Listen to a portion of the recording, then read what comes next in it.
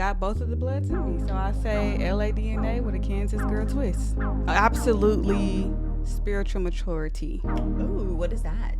If you use your ego, you will always think impulsively, or you will always think with anger, or you will always feel defensive, or you will always feel like somebody's attacking you when they're giving you constructive feedback or criticism. So you are hitting it. Hold on. There's something that I've always struggled with growing up, and it was asking for help. Me too. What the? In the 3rd grade, I told grasshoppers to make money for my bowling field trip.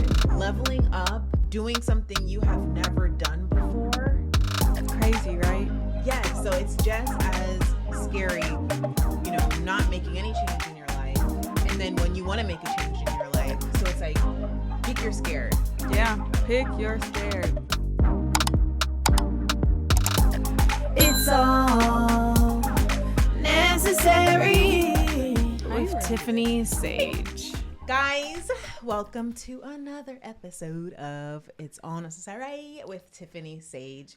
I'm your host, Tifani Sage, and this is a space and a reminder that every life challenge that we go through, it's for our development, and it's to prepare us and propel us into our next level up in life. Please like, subscribe, share, leave your comments. I really do appreciate when there's a lot of people hitting me up saying, I loved this episode, when your guest spoke about blah, blah, blah, blah, blah. So keep it coming. I love it. Let's jump into it. Okay.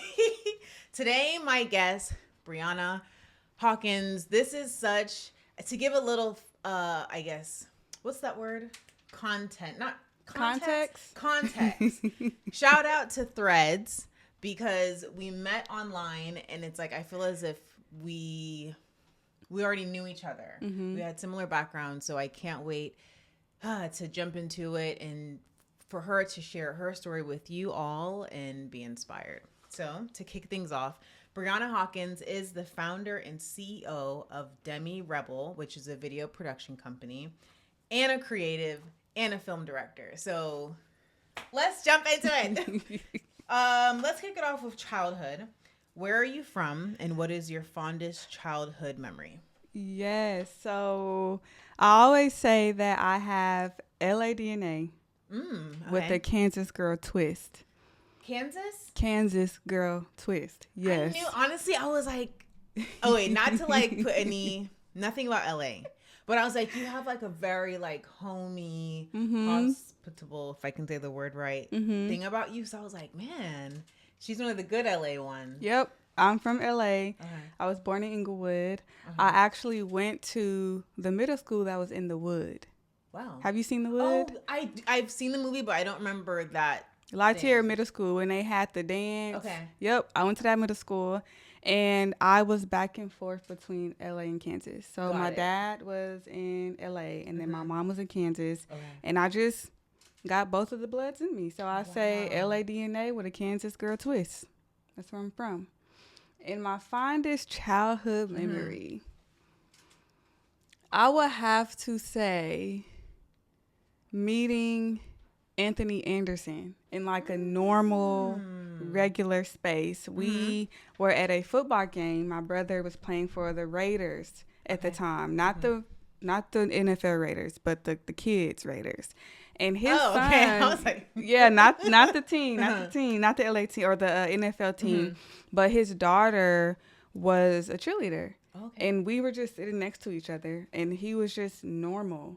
And that was a good moment for me, because I'm like, wow, you're on TV, you're a celebrity, you're an actor, and you're just at this game. You're normal. He asked me for some of my Skittles. He's like, let me have some Skittles. Oh, I love it. I gave him some Skittles. He ate the Skittles, and it was just that. Yeah. That was a very big moment for me as a child, because that was just a wake-up call of no matter how high you go or how far you go or how successful you are, to just still be human. And it's, I think, too, like the humbleness of. Yeah.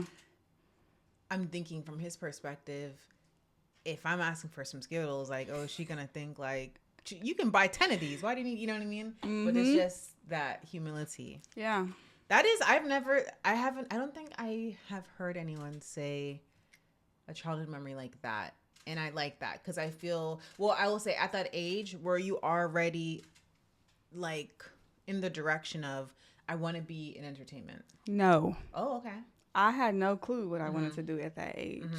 But in that moment, it just still, it stuck to me. I've never been starstruck. I've seen plenty of celebrities, met plenty of them. But that moment specifically, it just struck me as a kid. And then as I got older, I started to realize, wow, that was a piece of wisdom for me at a very young age that I didn't know was going to follow me as I grew and got older. Life be life, and in a good way that it does that. You know what I mean? Where it's like the little breadcrumbs. Yes. I'm such a lover of life, and I guess a nod to documentaries. When I'm watching it, it's like, oh shoot, that's how everything I don't know, what matters. happened in the beginning kind of comes back in the middle and gives me hope about mine, and then where I can speak into other people's lives. Exactly. To be like, oh no, you'll be fine because that's gonna help. All right, so my name is Tifani Sage. I'm a confidence and clarity life coach. If you're feeling unfulfilled in your life, or you don't know what's next for you, I'm your girl. I can take you to new levels of clarity. Click the link in my bio for a complimentary, complimentary call with me so we can get your life on track. Click the link so we can connect. Sage-ish. Role models. Who were those for you? Yes. So I know this is cliche, but my mom was a role model. And the reason why she was a role model for me is because she gave life all she had with all she knew. But she never gave up. She always made something out of nothing. I come from like humble beginnings, right? So seeing how she can turn a turkey into a whole feast for everybody, not just for our family, for everybody, or seeing how she can take $20 and you would think she had $200 at the grocery store. $20 was a lot back in the day, by the way. But she was a role model because she instilled into me really, truly never giving up, no matter how hard the fight is. And then she also gave me amazing survival skills. There's a lot of times that there are a lot of times that I should have cracked or broke. Yeah. College days, teen days, adult days, but seeing how she navigated life and how she really truly was the epitome of survival, like those skills became a part of who I am. And there's a lot of times where people are around me and they're going through things and they are just over it. And I'm just more so, you can do this, how about this? What did you think about that? And it's because of what my mom gave to me. So that's the main one. And then I'm also going to say my cousin Denise and my Uncle Mike. And I say those two because they gave me a different perspective of what's out there. So with my mom taking what life gave her and making something from it, there was just a lot of things that she didn't get to experience. And with her not being able to experience it, it means I didn't get to experience it. And there's only so much that one person can pour into you, right? That is true. We need a variety of different things to help mold us. It's just simple. What is it? It takes a nature village. Versus nurture. Yeah, sorry. And it takes a village. Yes, all of that. So those two were... Your story is so juicy. This is good. What did you say? Your story is so juicy. Oh, thanks. Those two people specifically were wealthy. And they had the home. Like my cousin Denise is in LA, by the way, but she had the home. She owned a gas station. She was in marketing. She had her Mercedes. She just looked like she was living the life. She lived in Hollywood, the perfect quote unquote life, right? And then my Uncle Mike. Question. She is from, or who comes from what side? The dad side, mom side? So, that's a great question. Both of them come from my mom's side. Okay. Yes, both of them. I had to think about that. Both of them come from my mother's side of the family. And with my cousin Denise, it was just really admiring to see a Black woman living. I could see the Hollywood sign from her house, and just seeing how she was just so carefree. She would always take me shopping and just do all these amazing things. It gave me a different perspective on what life can be like. So I was able to blend survival from my mom, and then I was able to blend hope from my cousin Denise. And then with my Uncle Mike, he just nurtured me in a different way. So he was hard. He's he one of them old school, wearing the sandals, grilling. Like, he will always get, can I say get in your ass? Yeah. He will always get in your ass, but he never let it up on me. Like, he always instilled into me, you can be better. You can be better. You can do more. Did it ever make you feel like did it ever make you feel inadequate? No. It was more It was like a balance. Okay. It was more so of a push. He's very athletic. Okay. His kids were in basketball. So he had more of that coach dynamic. So you blend a coach dynamic with someone who truly cares about seeing you grow. He really, truly just gave me a different type of drive. Yeah. And since I would go around him and he would be the one to say, you have all A's, good job, or I'm so proud of you. Or he would just always give me a little bit of extra love versus in certain places, I was the all-A student. I was the oldest child. I was the golden child per se. He didn't give no dams about me being a golden child. He still poured into me and let me know that there's more to life. He bought me my first bike. We love biking. He bought me my first bike. And it was just a great experience. So with those three, my mother for survival, my cousin Denise for hope, and then my Uncle Mike for giving me the drive. Those three are the most pivotal people in my life and upbringing. God. And I'm telling you, I can feel that from you when you speak, like when we're on our business calls. And it's just like, I feel like I'm meeting another me. Oh, whoa. That's a good thing. Question. Thank you. Question. But to jump around. How do you feel your sense of community is now, as far as like, you have friends to go hang out and like put your hair down, or however the phrase is, let your hair down. But what would you say your community is like, or if you have that as yet, of, let me ask this person who's also a owner, a creative or, entrepreneur? Yeah. Honestly, well, one, I'm not from Nashville. I moved here in 2019. So the community I had here was my two cousins, Jordan and Taylor. Okay. But outside of them, I honestly didn't know how to build community. I truly did not know how. And it's because I was from school to school, city to city, state to state. So I didn't get to experience like the childhood friends or going through a full year of school with the same group of people, as I was always moving. And with me being on the go all of the time, I did not have the ability or the opportunity to really explore connecting or bonding or building community. So when I first got here,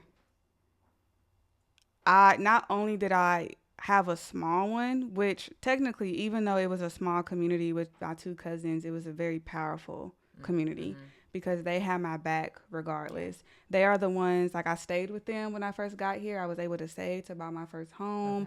My cousin Taylor is my daughter's godmother. So anytime I needed a babysitter, she was there. Anytime I wanted to just let my hair down and go have fun, she was there. So even though it was a small community, that community is kind of what made me who I am today as an entrepreneur in Nashville. But now, I honestly didn't realize I had a community until last week. Wow. Planning the event. Yeah. Planning Finding to Live the Dream. It was an idea that I had in my mind. And the idea came to me because a friend of mine said, you should apply for this. I wasn't going to apply for the event. And basically, to give more context, there's something here called National Design Week, and you submit a proposal for your event to be selected. They have hundreds of applications. I didn't feel like I was qualified to do the event. But she pushed me literally every day. Hey, did you submit your proposal? Wow. Hey, did you submit your proposal? Accountability. I did not. I did not submit the proposal until the night before. She said, Briana, you're going to submit this proposal. And she stayed on the phone with me for 3 hours. What? She stayed on the phone with me for 3 hours. Shout out to Nicole Goldsby. She stayed on the phone with me and forced me to submit that damn proposal. See? And then it got accepted. And from that moment on... That's scary to know, like, what if you didn't do that? It's even that, but it was scarier for me in the moment to realize I had to plan a whole entire event. Oh, shoot. No money, no resources. My company could sponsor it, right? Mm-hmm. But an event that large requires a lot. We needed a $10,000 budget, mm-hmm. $20,000 budget to be specific, mm-hmm. because the event that she convinced me to do is a short documentary, 20-minute documentary. The documentary was $10,000 alone. Yeah.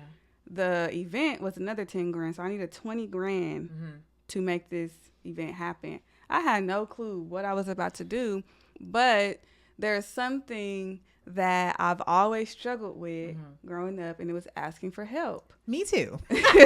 And I want to say really quick, because when you said it, I was like, this is what I'm talking about. Leveling up is not, I want to say this right. Leveling up first is an idea, then it becomes a choice, and then it becomes you have to put it in action. Yeah. So it's like, it's one thing like, oh, I got in, great, but shoot, now I have to like come through with it. Yeah. And doing something you have never done before. Crazy, right? Yes. So it's just as scary, you know, not making any change in your life. And then when you want to make a change in your life. So it's like, pick your scared. Yeah. Pick your scared and pick where you want to be, because I won't lie to you. Mm-hmm. I was going to not do the event. When I got accepted and I saw everything that it required. Yeah. I literally scheduled a call with him and said, I don't know if I'm going to do this or not, but because I've not seen the I didn't see it. I did not see it. It was impossible. I just didn't. $20,000. I can't fathom that for an event. Mm-hmm. On top of that, it's going on National Design Week, and we're also only the Black event. Mm. So that's a lot of pressure. Extra pressure. That's a lot of pressure. So circling back to the community moment, that event itself made me realize that I have a really amazing community. Mm-hmm. I have a total of 22 people who all came together to help me bring that event to life. Wow. You're one of them. And it just took me, one, having the right friend around me who pushed me to do it, who told me you should do a documentary in a panel because you want to speak, you want to inspire, you want to impact. This is your moment. Why not do it? I'm like, cool. It sounded great in the moment, right? And having people around me that believed in what I was speaking about, it made them want to support the cause. But also the friend that stood up with me for 3 hours to submit that proposal also stood on a Zoom call with me for 4 hours to help me complete the sponsorship deck. That sponsorship deck is what got me all those 20 people to commit. Wow. Because of the presentation, the impact, the data, the stats. If it wasn't for that one person, I don't think Fighting to Live the Dream would be in existence. So not only that, I was stuck in a position to have to ask for help. Because I'm like, I don't got $20,000, so we got to figure this out. Yeah. I had to ask for help.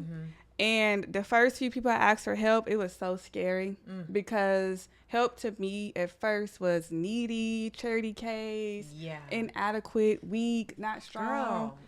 But then after the third time and the fourth time, I'm like, wow, this is actually kind of dope. Like people will just say yes like that. And it was a specific person named Jen. She said, Briana, I think you should ask more people because people want to be a part of something great. It's different when you're asking for help for something that has no purpose, but this has the ability to be able to change people's lives. When she told me that, I asked a lot of people. Got a lot of no's, but I also got a lot of amazing yeses. Yeah. So after this event, I realized that I have a community that is a lot stronger than I've ever experienced in my life. And one thing it has taught me is that I don't have to necessarily try to be invited into somebody else's community or somebody else's table. But with my leadership skills, with my kind heart, with my vision, and with just who I am as a person, I've been able to build this great community and not even knew, or hold on, what am I trying to say? I've been able to build this amazing community throughout the years and not even know that I would need them in this major way years down the line. It so feels like that yes, scripture of like the planter, the planter or the farmer like scattering seeds, and then over time it's sower. like that, and it's like, oh shoot, I have a garden behind me. Oh, da da da. So most definitely got a garden. Like a little something too. Random. What would you say to wrap up childhood? What would you say are some similarities and differences of your personality from when you were a teenager to now that's kind of the same and then also very different? That's a good question. So I would say this was not when I was a teenager. I was in the 3rd grade in Mr. Eckbert class, Minnehaha Elementary. I can't even believe I remember details like this. But one thing that was in me then that is in me now is entrepreneurship. I didn't know what that term was until I became an entrepreneur, right? Or actually until it started trending on social media. That's when I figured out what entrepreneur was. Or, entrepreneurship was. So when I think back to why I said that answer, it's this main story of when I sold grasshoppers. What the? Girl, you better come on with these. In the 3rd grade, I sold grasshoppers to make money for my bowling field trip. Came from humble beginnings, right? My mom didn't necessarily have the money to get me to that field trip. And instead of having her have to sit with the thought like, dang, I can't even give my daughter money to go to the bowling field trip, right? I also didn't want to put her in a situation where she had to go ask for help. I didn't want her to have to deal with that because, So I'm like, okay, let me figure this out. And I went to recess and I caught some grasshoppers. Girl, resourceful. I didn't think about selling them at that time. It just, I can't explain, but sometimes I just get these random thoughts like, go do this. And it just always works out for me. But I caught the grasshoppers and I put it in a plastic baggie and I took it into the classroom. The kids were so fascinated. Wow. I'm like, somebody asked me for a grasshopper. I said, I'll sell it to you for $3. Get out. And the next day, they brought $3. I'm like, okay, I'll give you a house if you give, $5. I'll give you a house. I got $5. A house of what? A house for the grasshoppers. Wow. I poked holes in the plastic bag and put grass in it. That was the house. Oh. So that moment, I made my money for the field trip. I was a cool girl because I caught grasshoppers. I sold something that was already in the earth, first of all, and made it a commodity. Yeah. Who wants random grasshoppers? Like, they probably died by the time they even got them to the house. But the pivotal moment in that story... Pet stores want these things. To my next point, my mom had a friend who had a snake. He came over, and I just had all these grasshoppers, and he gave me $20 and bought all the grasshoppers that I caught. Are you kidding me? To feed his snake. Didn't that make you feel so, sorry, I don't want to put words in your mouth. What did that make you feel like? Go ahead, ask. Didn't that make you feel like I'm invincible? Like, I can change as long as you were... I can change my situation. No, it didn't. No? Why? Because at that age, that's not what was on my mind. Oh. I just wanted to go to my field trip. Yeah. And I just wanted to make sure my mom didn't have to be in a position where she felt low to try to get me to that field trip. So at the time, I didn't know I was doing entrepreneurship. I didn't know I was making something out of nothing. Once again, my mom instilled that into me, so it was natural. It was just a natural situation. I didn't realize that until I got older. And I had a really down moment in entrepreneurship. and something sparked in my head. I'm like, you sold grasshoppers to kids and to a grown man with a snake. If you can sell grasshoppers, you can sell your business. Yeah. So entrepreneurship has always been instilled into me.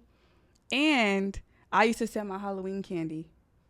All the kids trick-or-treated, but they bought my candy. Wow. That's what, selling water to a whale? I was going to say, were you selling the candy maybe in Thanksgiving time? No, I sold it the same week. We trick-or-treated on Saturday. Yeah. I'm selling my candy on Monday. And they bought it. I still don't know to this day what caused them to buy the candy. I think that it was just anointing. It was just something about me. I think it's just an energy thing, but entrepreneurship has always been in me, and that has not changed. Things that have been different, though, people pleasing. Ooh. I was a major people pleaser because since I was the oldest child, and since I didn't get to experience bonding and community and having childhood friends, I was so used to being on the go and having to be a social butterfly that it actually manifested in people pleasing. So I had to realize that, that wasn't actually good. People pleasing has pros and cons. I feel like the unhealthy version of being a social butterfly is people pleasing. The healthy version is being a social butterfly. So I'm not a people pleaser anymore. Yeah. I'm very direct. I'm very clear. I'm not doing anything that I don't want to do. But I would say that that's one of the major things that's different is the fact that I'm not a people pleaser and I know how to speak up and advocate for myself. How did you start? Because I'm thinking people who are listening, watching, it's like, oh, I am that. And I want to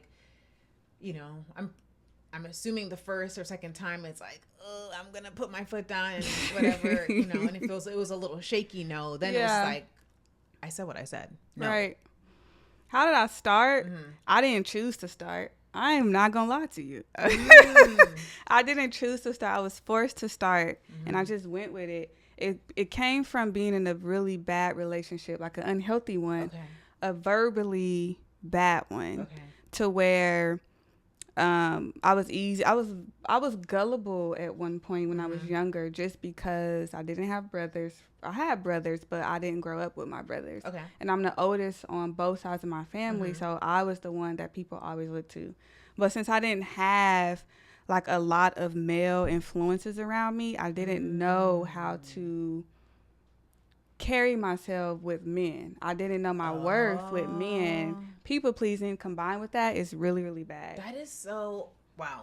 I don't think I ever took for granted being the only girl of so many boys and growing up predominantly around guys. And I want to make sure I say this right. With my basketball girls, they're like, tough and masculine. Right. So I was like, all this energy, but I never thought of it like for someone who's not used to that kind of energy, how to even, it affects us. How do you even, navigate that? And I'll say from my experience, especially on the basketball court, when they talk a lot of, junk and stuff, or even saying, this girl, what are you doing? You can't play. I'm like, don't worry. And then, whatever. But wow, what was it? I mean, you said there was like no easy way to navigate it, but how did you, I guess, triumph over that with that relationship? I had a daughter. Okay. That's what made me do it, because it was something about having a daughter that made me look at myself in the mirror. And I don't know. I feel like I just wised up overnight. I promise to God, I feel like I went to sleep immature and woke up very mature. I love it. White switch. Like that fast for me. And as I was pregnant and going through all the things, I just started paying more attention to the women in my family. Okay. And then when I realized that there are things that were going on with the women in my family at an older age that I was going through as an early 20-year-old woman. Okay. Something wasn't clicking right. I'm like, why am I 20 and you're this age and you're still going through the same thing that I'm going through? And it just made me recognize I'm paying attention to generational holds. The women in my family, we all go through the same thing. That's not by coincidence. Somebody in our family started it, and somebody in our family did not break it. But do you, when it comes to that, because I'll ask, do you think it was learned behavior that you started doing? Like, I don't know. I think it was learned behavior and also a part of my DNA. I'm spiritual, so I believe in generational holds. It's in the Bible. It says whatever you do today, your next generations will have the same thing. It says it. It's right there in the book. So to me, I just took it as these are my family's consequences for not doing what we were supposed to do spiritually. And when I say spiritually, I'm not talking about being perfect people. Yeah. I'm talking about healing. I'm talking about living in purpose. I'm talking about finding who we are as people in this world and not what society conforms us to be. Yeah. But once that clicked in my mind, it tripped me out. Because I'm like, wow, I have a daughter. This is the next generation. I'm responsible for breaking all of this. I'm already the first one who went to college. I'm already the first one who's done a variety of different things at such a young age. If I don't break this, my daughter is going to have these same challenges. Yeah. And to feel what I was going through and having a thought that my daughter would have to feel that in a time that I may not be here to help her navigate it, I wanted to equip her. And I didn't want my grandkids to go through that. I didn't want to have any boys in the generation that I was responsible for treating women like that. Yeah. That's what made me decide to change the people pleasing and not speaking up for myself way. So I ended that relationship. Yeah.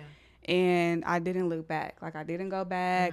I was 10 toes down.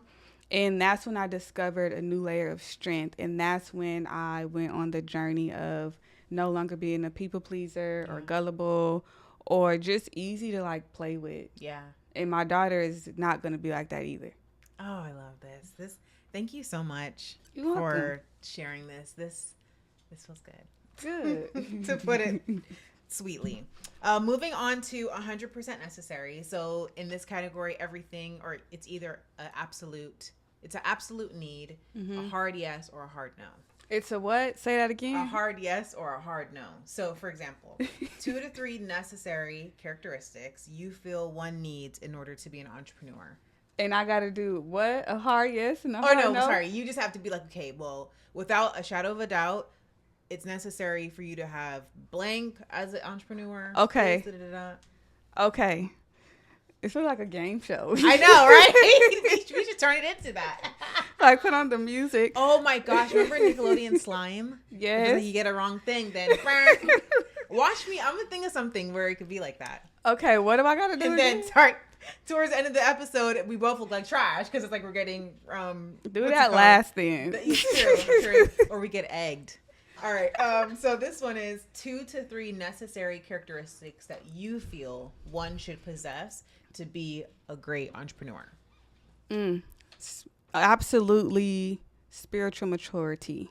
Ooh, what is that? Spiritual maturity is the ability to be able to recognize self-awareness, self-honesty, self-care, and self-love. All of those to me are spiritual maturity because going through entrepreneurship, if you're not honest with yourself, you're going to lose out on a lot. Because your ego is always going to take over. You're not going to be able to make wise decisions. You're not going to be able to attract the people that are for you because your honesty levels are so low that you can't even break through barriers or heal. Self-love is important because if you don't know your worth, you will get used as an entrepreneur. You will overwork yourself. You will get burnt out. You will attract people that can win you over with status and money and deals. Yeah. And you can't do that in entrepreneurship because you will be taken advantage of. And then when it comes to the self-care piece, you got to rest. Yeah. The resting part is crucial. Totally. If you check out, your brain stop working, your body stop working, you get sick, you stop thinking clearly, you get breakouts, you start looking raggedy. And you're the head of the company. So imagine the head fizzling out, then Yep. you know what I mean? It gets really bad. So that's spiritual maturity for me in a nutshell. Spiritual maturity is so important. If you're spiritually childish, there's really nothing that, it's only so far you can go with. What would you say are like some spiritual childish tendencies? Speaking with ego over spirit.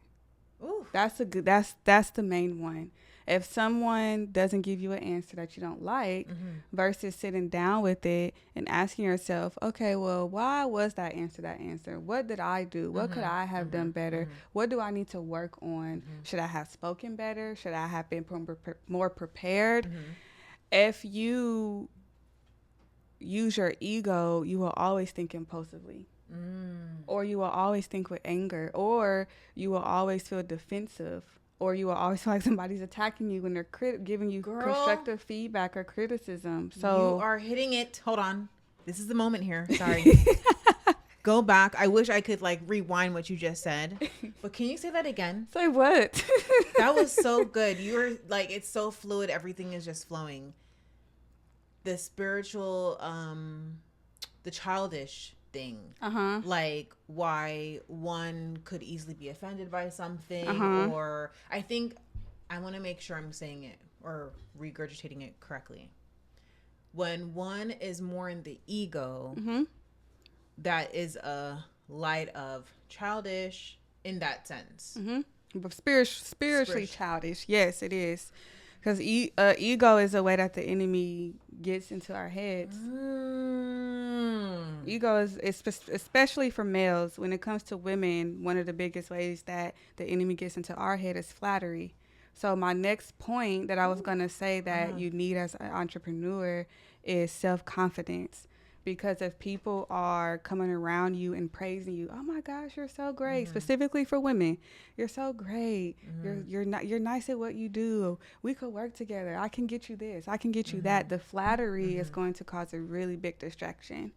And if you don't have self-confidence, you won't have the ability or the power to say no when you need to say no. Everything would seem like it needs to be a yes. Girl, you need to write a book. You do. This is good. And I'm going to buy like 5 copies. 2 pieces of advice that were necessary for you for your growth. So this could be advice you told yourself or, you know, someone told you. One of the biggest pieces of advice that I received, the main one that I can think about, is from Kelly Steckelberg. At the time, she was a CFO at Zoom Video Communications. She was my mentor while I was at the company. Just helping me develop and become more business oriented and corporate professional. And she told me that you will never get hired for what you want to do. You will only get hired for what you want. Or no, let me make sure I say it right, Kelly. You will never get hired for what you want to do. You will only get hired for what you're already doing.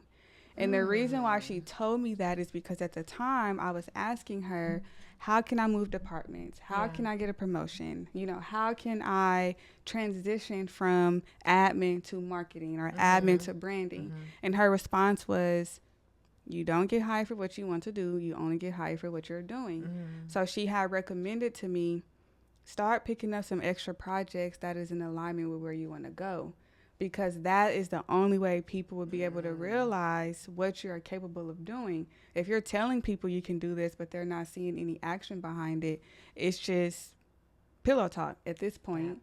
So I took that way beyond corporate. And first of all, I was able to reinvent myself like 10 different times with that piece of advice, because that's how I see branding. You just get hired for what you are already doing. So in my mind, if I want to be a landscaper, I'm going to just post content about being a landscaper. I'm going to post memes about being a landscaper. Y'all going to see me in the grass cutting. I may not know what I'm doing.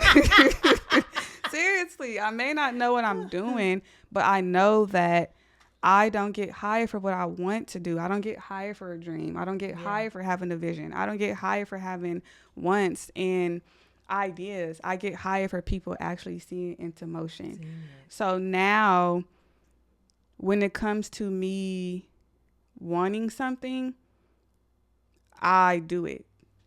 And it may sound simple, but it's not that simple. But I genuinely do it. Tell us why it's not simple. It's hard to get out of your own head because most of the time, if you are thinking big, our wants always exceeds where we are in the current moment. So if I want $1 million home right now, I don't have $1 million home. I don't have $1 million to buy a home because I want to buy my next home in cash. And I know that. So the reason why it would be hard for me to move towards that is because where do I start? Where do I go? How is this going to happen? Is it going to happen? Is it possible? I've never seen nobody else do it. It's so much that has to take place in the brain before you actually take the first step. So that piece of advice has taken me so far because even when times get hard or when I don't get something that I feel like I'm ready for, I just ask myself, were you doing what you wanted to get it? Yeah. Were you showing them enough to get it? And it keeps me out of this mindset of like, I'm doing great. I know I should have it. If you didn't get it, then you shouldn't have it. So I take that everywhere with me.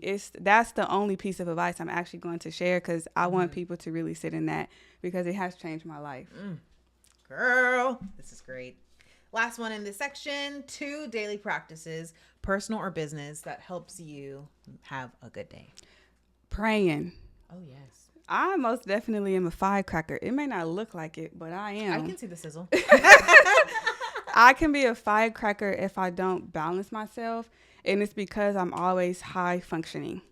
So my brain does not turn off. Even when I'm asleep, I can dream something and wake up and write it down because my brain doesn't turn off. Since I'm such a visionary, I'm always visioning.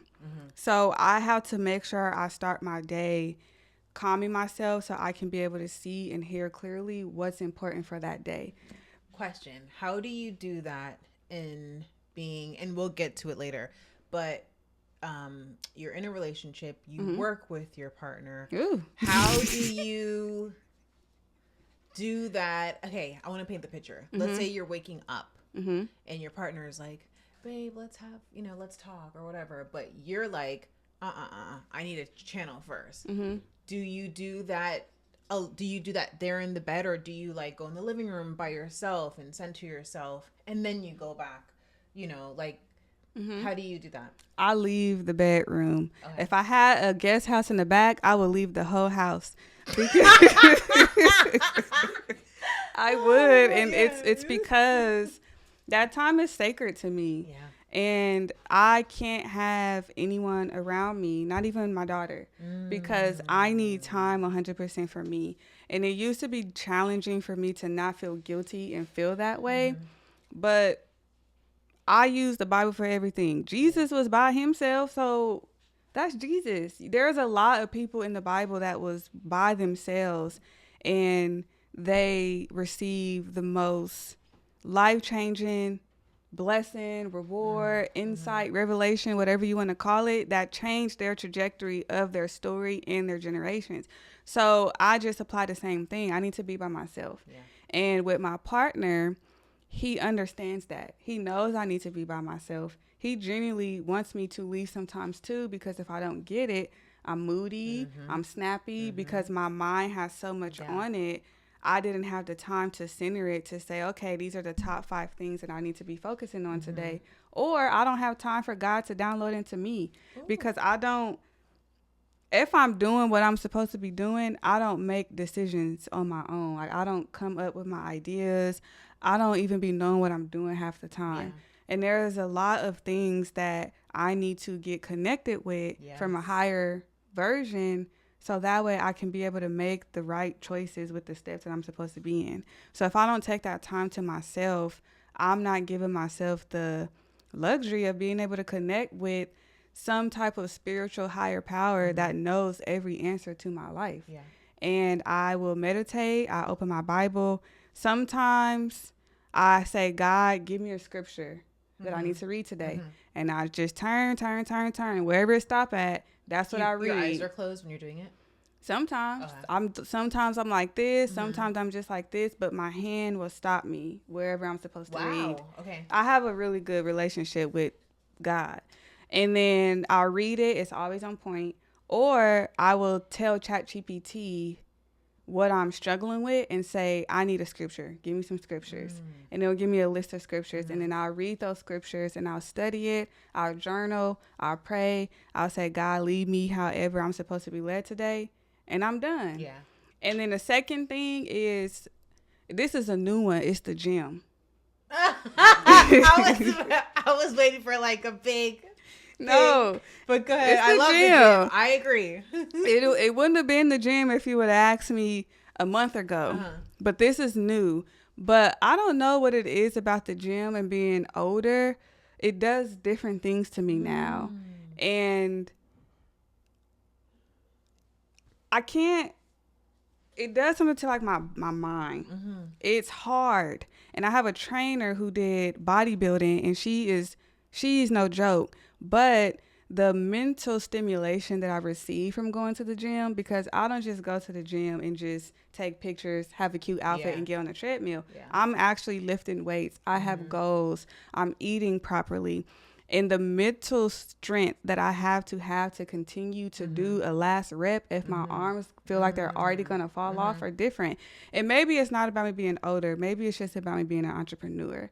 Because I relate the gym to, if you can't push through this, you're not going to be able to push through that. Or if I'm going through something that really is grinding my gears, I can lift weights and it helps me release and it helps me just tear through things. But not only that, once I release whatever is holding on to me, my mind is so clear. And I work out in the morning at 6:45 a.m.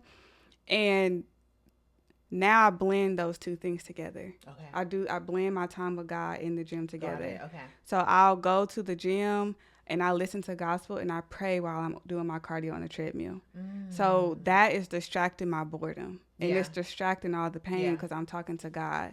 And then when I'm lifting weights, sometimes I'm listening to music that conditions me to think positive for that day. I'm not the rap trap music listener in the gym because it just makes my brain chaotic. And then anytime I need an answer to something, I will ask for that answer before I go into the gym. Like, this is what I'm dedicating this gym session to. Wow. I need to walk out with an answer. Intentionality behind that. I dedicate my gym sessions to something. Because that is the only way I'm going to do it. Because I will leave and walk out if I don't have a reason to be there. And me having a nice body is not good enough. I need it to be something that I can tangibly touch and feel and see. And I have to see the progress. So if I am having a hard project, if I can go in the gym and finish this, it makes me feel like I can get through that project. So those are the two.